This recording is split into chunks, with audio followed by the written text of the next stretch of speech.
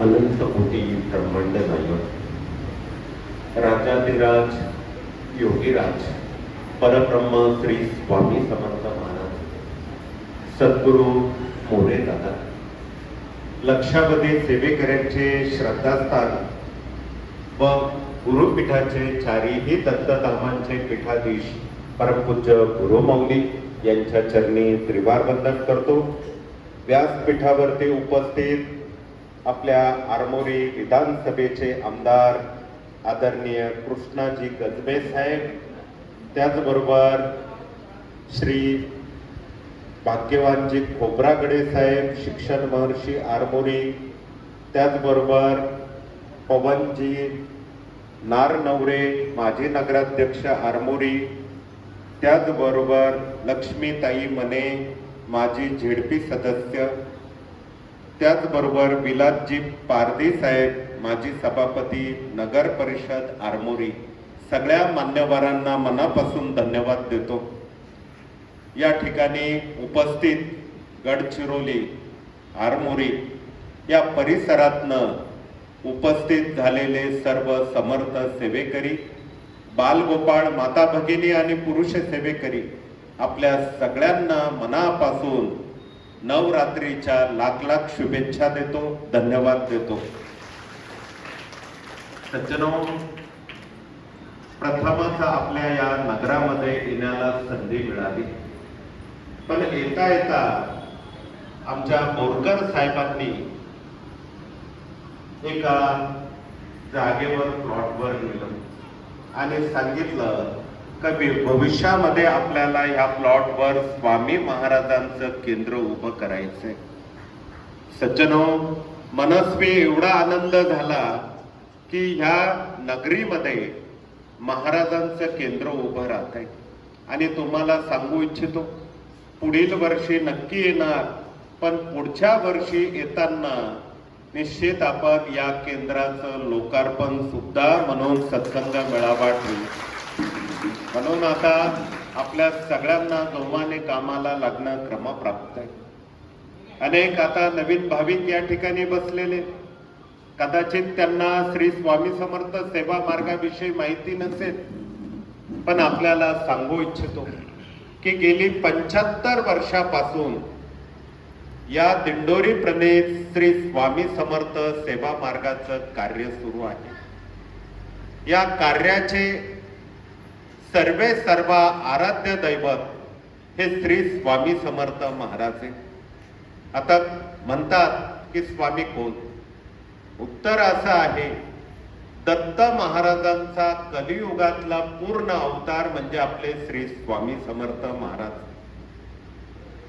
त्याच्या पलीकडे जर स्पष्टीकरण द्यायचं झालं, गण गण गणात बोते शेगावचे गजानन महाराज असो किंवा श्रद्धा सबुरीचा संदेश देणारे शिर्डीचे साईबाबा, शंकर महाराज, गुलाब बाबा, जंगली महाराज, अशा अनेक संतांचे गुरु म्हणजे आपले श्री स्वामी समर्थ महाराज आहे। आणि असं म्हटलं जातं, जिथे सगळे असमर्थ तिथे फक्त श्री स्वामी समर्थ। असा दत्त महाराजांचा पूर्ण अवतार म्हणजे आपले स्वामी आहेत। आणि या स्वामी मार्गाची उभारणी नाशिक जिल्ह्यातल्या दिंडोरी या छोट्याशा गावामधून सद्गुरू मोरे दादांनी केलेली आहे। लक्षात घ्या, एका सदन शेतकरी कुटुंबामध्ये ते जन्माला आलेले होते। आईचं नाव चंद्रभागाबाई, वडिलांचं नाव आप्पाजी मोरे। 400-450 एकर बागायती शेती। पण सज्जनो, लहान असताना अवघे 6 महिन्याचे त्यांचे वडील वारले। ज्या पद्धतीने राजमाता जिजाऊंनी छत्रपती शिवाजी महाराज शिवबा घडवले, त्यांना प्रेम दिलं, संस्कार केले, त्याच पद्धतीने मोरे दादा हे घडत गेले। पण सज्जनो, नुसतं देवधर्म अध्यात्म त्यांनी केलं नाही, तर स्वतः शेती केली। शेती करता करता पुढे प्रपंच आला, विवाह झाला. विवाह झाल्यानंतर त्यांना पिठले महाराज गुरु लाभले आणि पुढे पारमार्थिक कार्य सुरू झालं. पण हे कार्य होण्यापूर्वी 1942च्या चले जाव आंदोलनामध्ये होमगार्ड आणि स्वातंत्र्य सैनिक म्हणून सुद्धा आपल्या गुरूंनी देशसेवा केलेली आहे. याच्याही पलीकडे आपल्याला सांगू इच्छितो की स्वातंत्र्यानंतर, भारताला स्वातंत्र्य मिळाल्यानंतर तब्बल 10 वर्ष दिंडोरी गावचं सरपंच पद सुद्धा त्यांनी भूषवलेलं. 1972ला जेव्हा दुष्काळ पडला तेव्हा आपल्या शेतातल्या पाचीच्या पाची विहिरींना फुल पाणी होतं, हिरवगार पीक होतं, पण त्याचा विचार केला नाही. त्या ऊसाचा नाही, भाजीपाल्याचा नाही, पेरूचा नाही, गुलाब बागेचा नाही. सज्जनो, त्या विहिरींच्या माध्यमातून पंचक्रोशीमध्ये स्वतः पाईपलाईन करून प्राणी मात्रा मानवाची तहान भागवण्याकरता जलदान सुद्धा आपल्या गुरूंनी पूर्व काळात केलेले. बरीचशी जमीन शेतकी विभागाकरता सीड फार्म असेल, गावातली जनता इंग्लिश स्कूल असेल, आपल्या केंद्राला लागून कोर्ट असेल, याकरता दान म्हणून सुद्धा आपल्या गुरूंनी दिलेली, लक्षात घ्या. आणि अशा पद्धतीने तब्बल समाजसेवा, शेती, प्रपंच करता करता 40 वर्ष स्वामी महाराजांचं कार्य त्यांनी तळागाळामध्ये पोचवलं. दाढी नाही, जटा नाही, भगवं वस्त्र नाही, पायात खडावा नाही, कुठला बॉडीगार्ड चट्टू फट्टू नाही, कुठला मध्यस्थी नाही, बंदूकधारी नाही. प्रपंच करावा नेटका आणि त्यातनं परमार्थ साधावा. हे स्वामींचं आध्यात्मिक कार्य खेडोपाडी पायपीट करून त्यांनी तळागाळात पोचवलं. आणि ह्या काळात 155 केंद्र उभी राहिली. सज्जनो, 1988 साली मोरेदादांचं महानिर्वाण झालं आणि मग पुढे ही जबाबदारी आली आपल्या परमपूज्य गुरुमाऊलींकडे. तुम्हाला सांगायला आनंद वाटतो, वय वर्ष 70, या वयाला सुद्धा आज गुरुमाऊली 18 तास काम करताय. आलेल्या दुःखिताचे अश्रू पुसणं, तो परत कसा आनंदी होऊन घरी जाईल, असं दुःखमुक्तीचं, व्यसनमुक्तीचं आणि बालसंस्काराचं, रोगमुक्तीचं अशा विविध माध्यमातून हे कार्य चालू आहे. आणि आनंद याचा आहे की आज हे कार्य नुसतं महाराष्ट्राच्या 36 जिल्ह्यापुरतं मर्यादित नाही, तर परराज्यातून परदेशामध्ये एकूण 8,000 केंद्र आणि 15 कोटी सेवेकरी या स्वामी मार्गाला जोडले गेलेले. एवढा मोठा हा विशाल वटवृक्ष आज दुबई असेल, जर्मनी असेल, नेदरलँड असेल, न्यूझीलंड असेल, ऑस्ट्रेलियामध्ये सिडनी, मेलबर्न असेल, नेपाळ असेल, अशा विविध प्रांतांमध्ये, देशांपर्यंत आपलं स्वामी महाराजांचं कार्य हे जाऊन पोचलेलं. का पोचलं? त्याची 4-5 महत्वाची कारणे आहेत. सज्जनो, आपल्या या स्वामी परिवारात मार्गात कुठल्याही प्रकारचा जातपात भेदभाव नाही. कोण कुठल्या जातीचा, कोण कुठल्या धर्माचा, स्त्री आहे की पुरुष, आबाल आहे की वृद्ध, गरीब आहे की श्रीमंत, कुठल्याही प्रकारचा भेदाभेद आपल्या मार्गामध्ये नाही. नंबर 2, भगिनी आज या सत्संगाकरता मोठ्या प्रमाणात आहे. इथे सणवार, व्रतवैकल्य प्रदर्शन लावलेलं आहे, त्यामध्ये आमच्या भगिनी पुढे आहेत. सगळ्या विभागात पुढे, बालसंस्कार, गर्भसंस्कार, शिशुसंस्कार, सणव्रत, भारतीय संस्कृती. म्हणून तुम्हा भगिनींना सांगू इच्छितो की राज्यकर्त्यांनी 33 वरून 50% आरक्षण तुम्हाला दिलं, पण मात्र या स्वामी मार्गाने 100% आरक्षण आणि संरक्षण तुम्हाला दिलेलं आहे. तिसरा मुद्दा, आपल्या मार्गामध्ये कुठल्याही प्रकारची अंधश्रद्धा नाही. जे काही सणव्रत, जी काही आपण सेवा करतो त्यामागे सायन्स तथा विज्ञान लपलेलं आहे, हे आपल्याला नव्या पिढ्यांपर्यंत पोहोचवणं क्रमप्राप्त आहे. आणि चौथा मुद्दा, जेवढे 18चे 18 विभाग या कार्यातनं चालतात, 80% समाजसेवा, 20% अध्यात्म या तत्वावर, पण याकरता कुणाकडनं 1 रुपयाची अपेक्षा केली जात नाही. हे सगळे सामाजिक आध्यात्मिक उपक्रम 100% विनामूल्य भाविकापर्यंत, दुःखितापर्यंत पोहोचवले जातात. म्हणून सज्जनो, आज देशातून विदेशापर्यंत जाऊन पोहोचलेलं हे आपलं स्वामींचं कार्य आहे. आज गुरुमाऊली प्रत्येकाला म्हणताय, गाव तेथे केंद्र, घर तेथे सेवेकरी. म्हणून आता आपल्या आरमोरीमध्ये आपल्याला केंद्र उभं करायचंय. तुम्ही म्हणाल केंद्र म्हणजे काय, ही काय संकल्पना आहे? सज्जनो, मनाला धीर जिथे मिळतो त्याला मंदिर म्हटलं जातं. देवाची आळवणी जिथे केली जाते त्याला देऊळ असं म्हटलं जातं.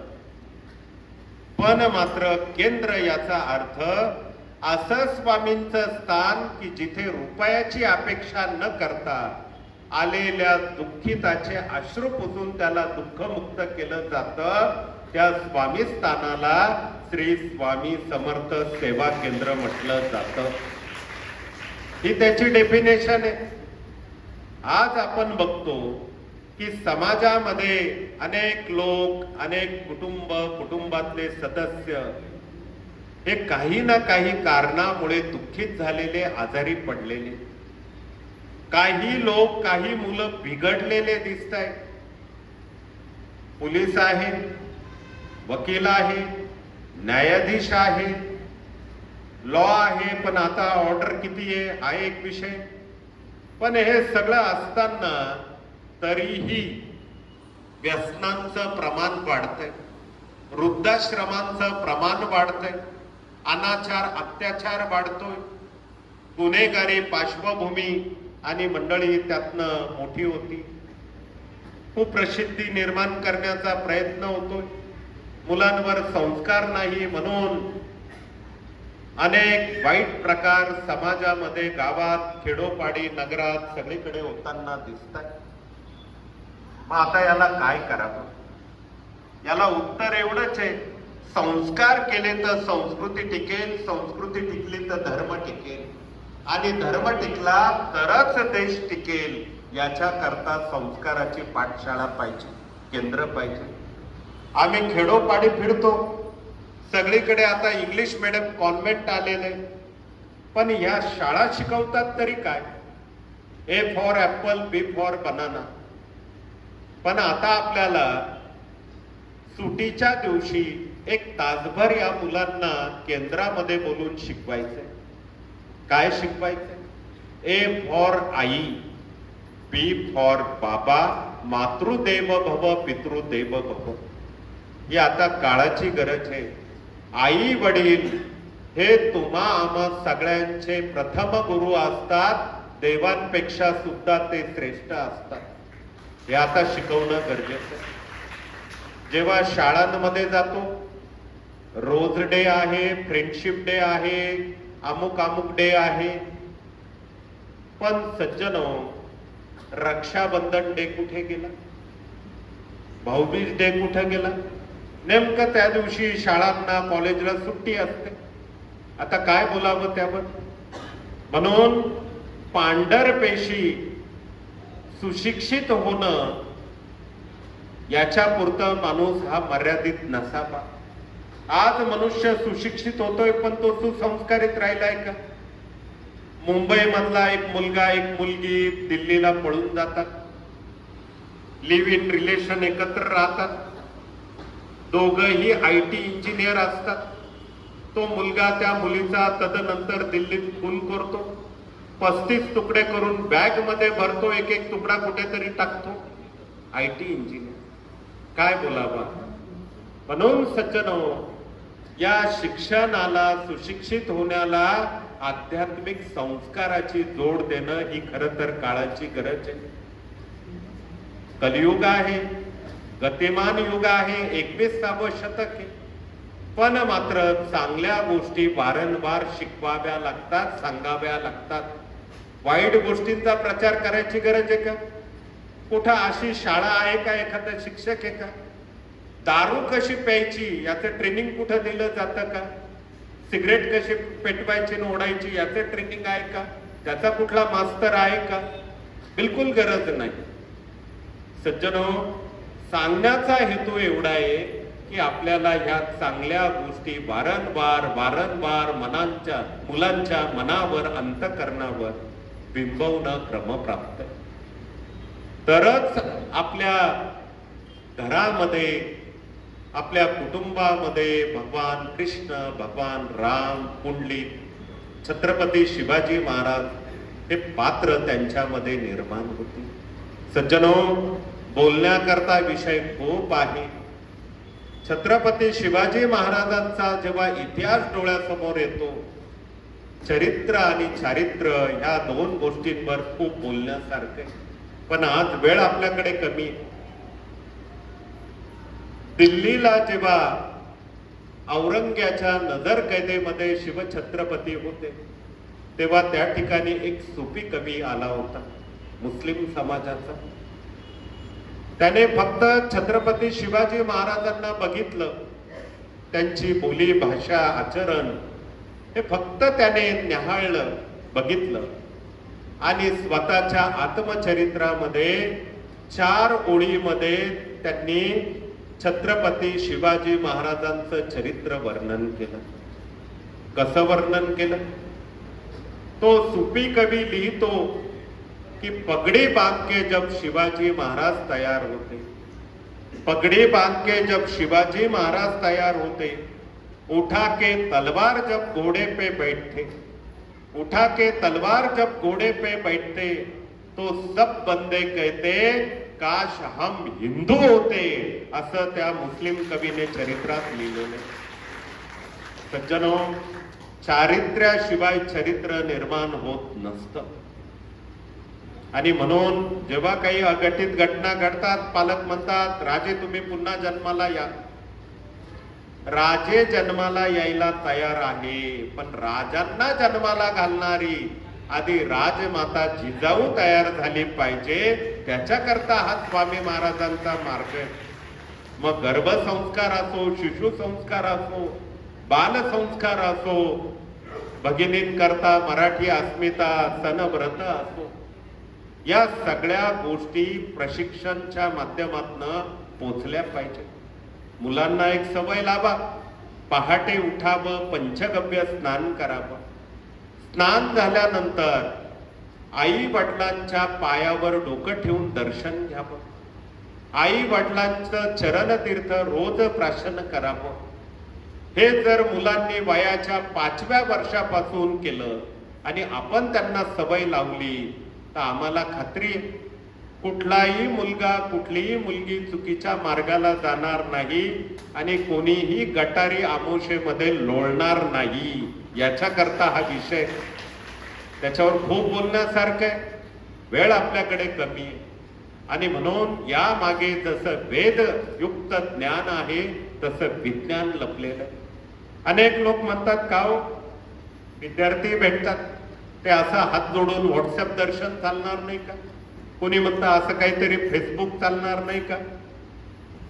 असं दर्शन नाही. आई वडिलांच्या पायावर डोकं ठेवूनच घेतलं पाहिजे दर्शन. का? याच्या मागे एक सायन्स आहे.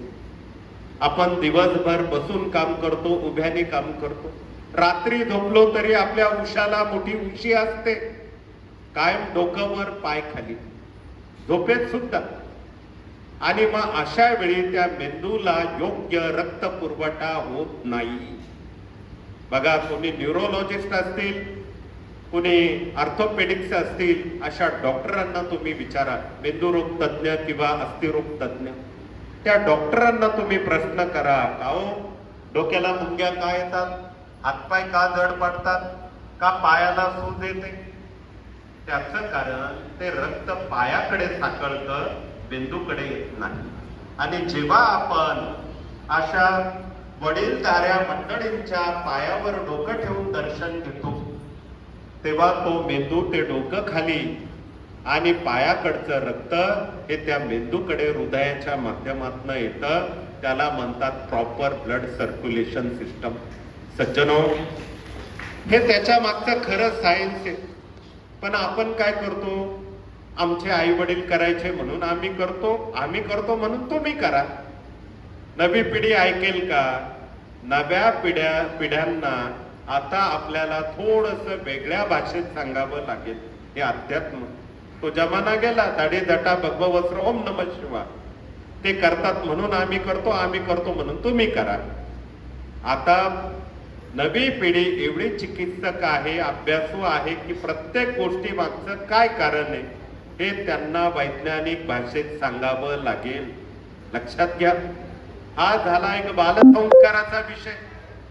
पण हे होता होता या मुलांची बुद्धी कुशाग्र होण्याकरता गणपती, सरस्वती, मारुती आणि श्री स्वामी समर्थ ही स्वामींची उपासना करणं क्रमप्राप्त आहे. मुलगा असो की मुलगी, ही बुद्धीची दैवत आहे. त्यातही गणपतीला अग्र क्रमांकावरती आपल्या धर्मामध्ये स्थान दिलं जातं. जसं आता देवीचं नवरात्र, भाद्रपदामध्ये आपण गणपतीचं नवरात्र, गणेश उत्सव. गणपती आले, नाचून गेले, गणपती बाप्पा मोरया, मंगलमूर्ती मोरया, पुढच्या वर्षी लवकर या. एकदा पाण्यात बुडवले का लगेच गणपतीची टाटा. पण सज्जनो, असं नाही. या गणपतीला आपल्या धर्मामध्ये एवढं स्थान का? त्याची एक छोटीशी कथा आहे, सोपी आहे. शिव पार्वती हिमालयावर कैलासावर बसलेले असतात आणि दोन्हीही देवीच्या मनामध्ये प्रश्न येतो, महादेवाच्या मनात प्रश्न येतो की आपले दोन मुलं कार्तिक स्वामी आणि गणपती, आपण त्यांची परीक्षा घेऊ म्हणे. म्हणून दोघांनाही बोलवलं जातं, उभं केलं जातं आणि प्रश्न दिला जातो, तुम्हा दोघांपैकी जो कोणी या ब्रह्मांडाला 3 फेऱ्या मारेल आणि पहिला येईल तो सगळ्या देवांमध्ये श्रेष्ठ आणि बुद्धिवान असेल.